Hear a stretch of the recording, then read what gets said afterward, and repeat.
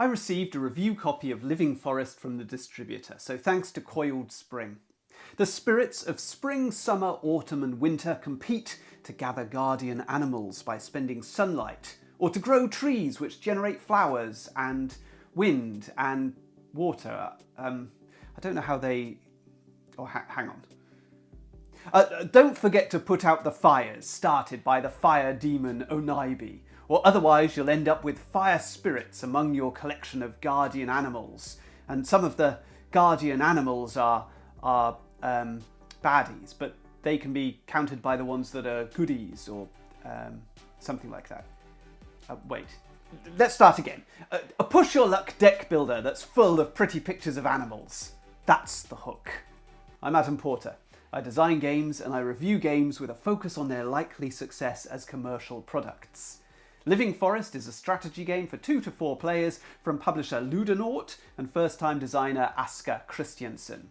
The game has recently been nominated for the 2022 As d'Or, the Golden Ace, which is the prestigious French award for Game of the Year.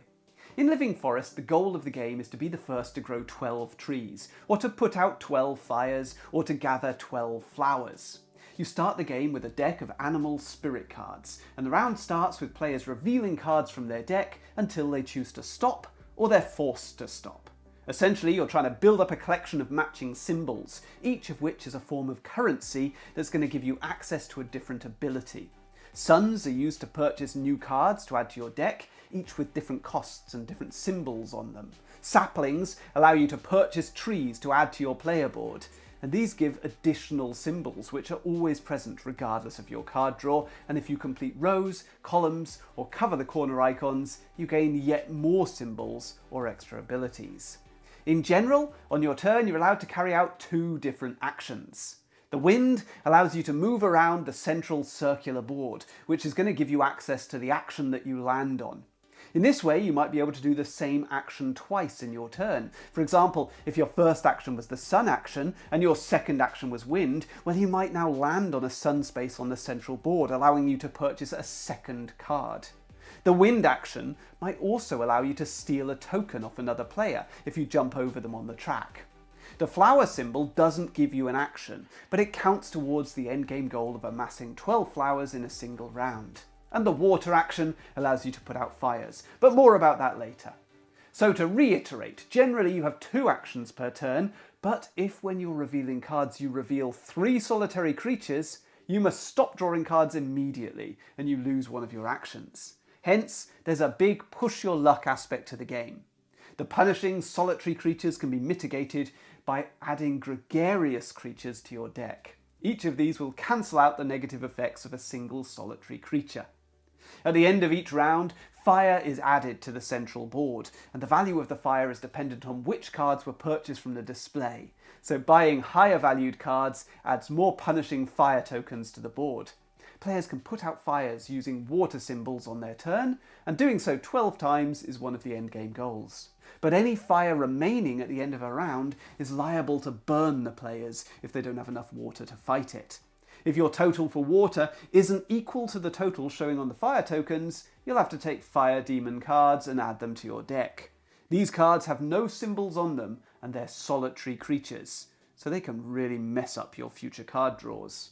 If one player achieves any of the 3 endgame goals, then they win the game. So let's kick off with a customer journey map. I was attracted to the game because of the cover image.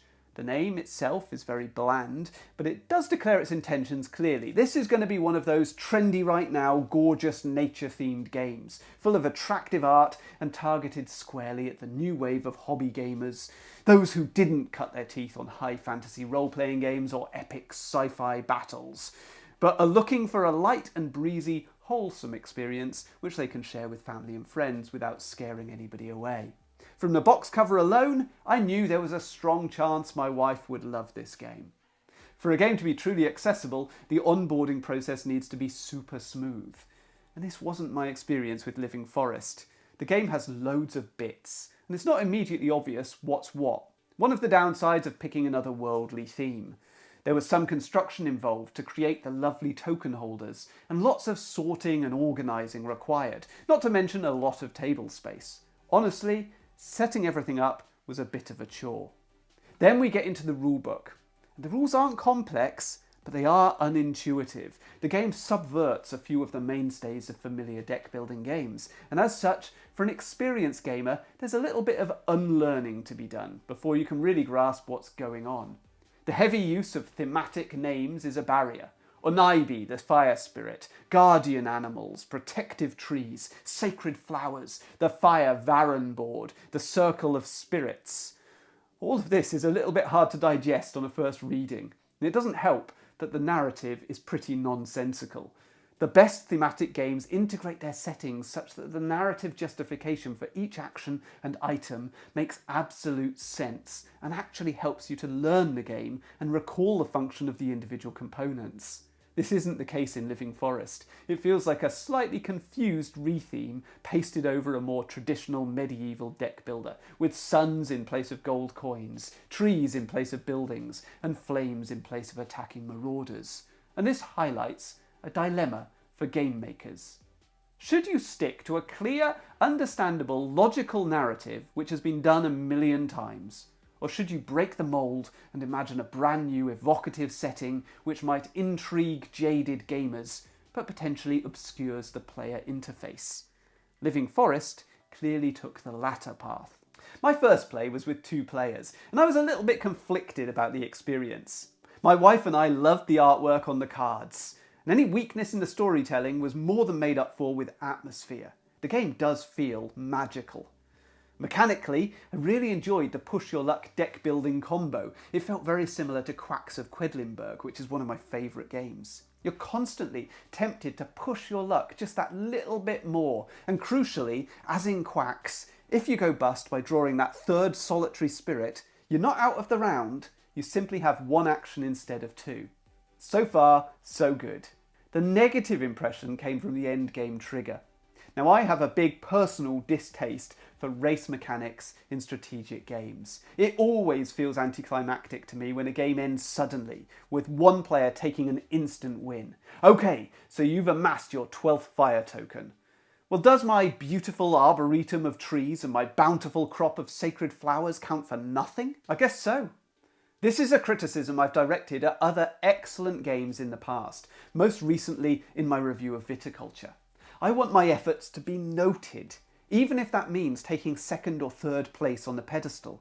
Please, designers, allow me that achievement. At least let me count my victory points. The sudden ending in Living Forest, particularly with 2 players, was a little bit jarring, particularly because it highlighted a quirk in the game relating to turn order. As with many board games, the order of play in Living Forest moves clockwise around the table, and it can't be altered. At the end of each round, the starting player token is simply passed to the left. And turn order is really important in this game, because the early players in a round get the first opportunities to put out fires. This means that you've got to be really careful about when you purchase cards, because doing so adds fire to the central pool, and the value of the cards you purchase dictates the strength of that fire that you add. Generating a lot of fire in a round is potentially gifting it to the next starting player, and gathering fire tokens could win them the game. This is particularly noticeable in a 2-player game, and it creates an odd tempo. Essentially, buying cards is disincentivized, especially when you're the start player, because next turn your opponent's going to play first, and they're going to gobble up all the fire. Once you clock this weird dynamic, the game opens up. You start spending suns more frugally, only buying cards when you really need to, and placing much more focus on the trees and the wind track. And this creates a bit of a learning curve to the game. Players of a strategy game like this are likely to have played other deck builders where buying cards is always positive. They might not immediately recognise that purchasing cards in this game could directly benefit your opponents, and spotting that quirk late in the game can leave a sour taste as your opponent runs away with a fiery victory. It seems to me that in a game where turn order is so significant, players really ought to have opportunities to take control over it, rather than simply following the traditional clockwise sequence of play.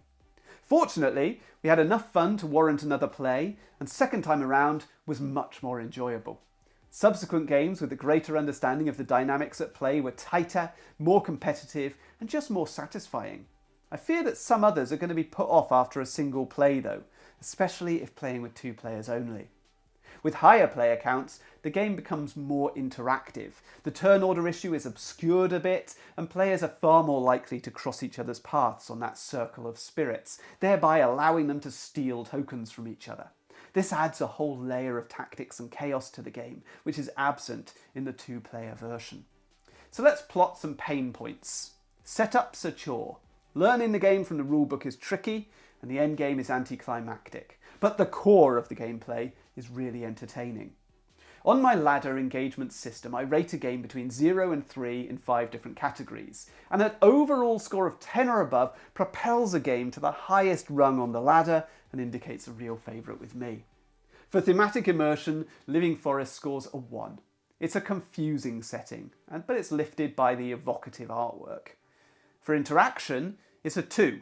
The awkward turn order and the lack of interaction on the circular track at 2 players prevents me from awarding it the full 3 points. But you certainly do need to keep your eye on what your opponents are doing at all times because of that race to the finish with the endgame goals. For stress and challenge, Living Forest scores 2. I constantly find myself striving to achieve certain mini-goals which are just out of reach. If I can just pull one more sapling from my deck, I can buy the tree that I want. If I can just generate one more flower, I'll win the game. The feedback is high. Every round, your card draw rewards you with tons of different symbols, which you can use to explore different strategies. When you purchase a new powerful card, it's placed on the top of your deck, so it's going to be the first card you draw in the next round. It's very satisfying to see the benefits of your actions immediately, rather than having to wait for a shuffle of the discard pile, as in so many earlier deck builders. For meaningful choices, it's a 2. There's a lot of luck involved, but the choices in the game are satisfying. Do you purchase the gregarious creature, who has few symbols but counteracts a solitary creature? Or do you risk purchasing that solitary creature who gives you loads of great stuff, but risks tanking your round if it's drawn along with 2 of its mates? The ultimate score of 10 indicates the potential of the design, but it's not helped by clunky onboarding, both in terms of setup and unintuitive rules. So I'm deducting a couple of points because that stuff just gets in the way. Nevertheless, a score of 8 positions Living Forest high on my ladder, indicating an engaging package, which falls slightly short of classic status. Moving on to my product design checklist. So is the product innovative? No, not really. There are many deck builders out there and many push your luck games. I understand that the combination of these mechanisms used in Living Forest is very similar to the mechanism used in Mystic Vale, another popular deck builder which I haven't yet had the chance to play. Innovation isn't the be-all and end-all, so long as the game iterates on what's gone before. And Living Forest combines popular mechanisms in a slightly different way to what we've seen, but it really doesn't feel like there are even any micro-innovations here. It's all very familiar. Does the product fulfill a need? Again, no, I'm not sure quite which gap this game fills. There are plenty of titles available in the niche of beautiful nature games. There are tons of deck builders out there with a wide range of complexity levels, and push your luck mechanisms are well represented in the hobby too. Quacks of Quedlinburg remains the pinnacle of the accessible push your luck deck building games, though its core component is a bag of tokens rather than a deck of cards. Is the product able to grow with its user? I don't think there's much opportunity here. There are 3 or 4 core strategies in the game, and players will need to balance 2 or 3 of them each time they play. There isn't that much to explore beyond that, so variety in repeated plays is dependent on reacting to the actions of other players, rather than any in-game content. There's no variability to the setup, which is one of the big strengths of Quacks of Quedlinburg. So ultimately, I can see players coming back to Living Forest from time to time, but they're not going to uncover deep strategic opportunities over a prolonged period. The game could grow with expansion sets, though any expansion content is likely to be of the modular variety, bolted on modes of play or additional cards with new symbols to access additional strategies and endgame goals. This would increase variety, but it would also inevitably add complexity.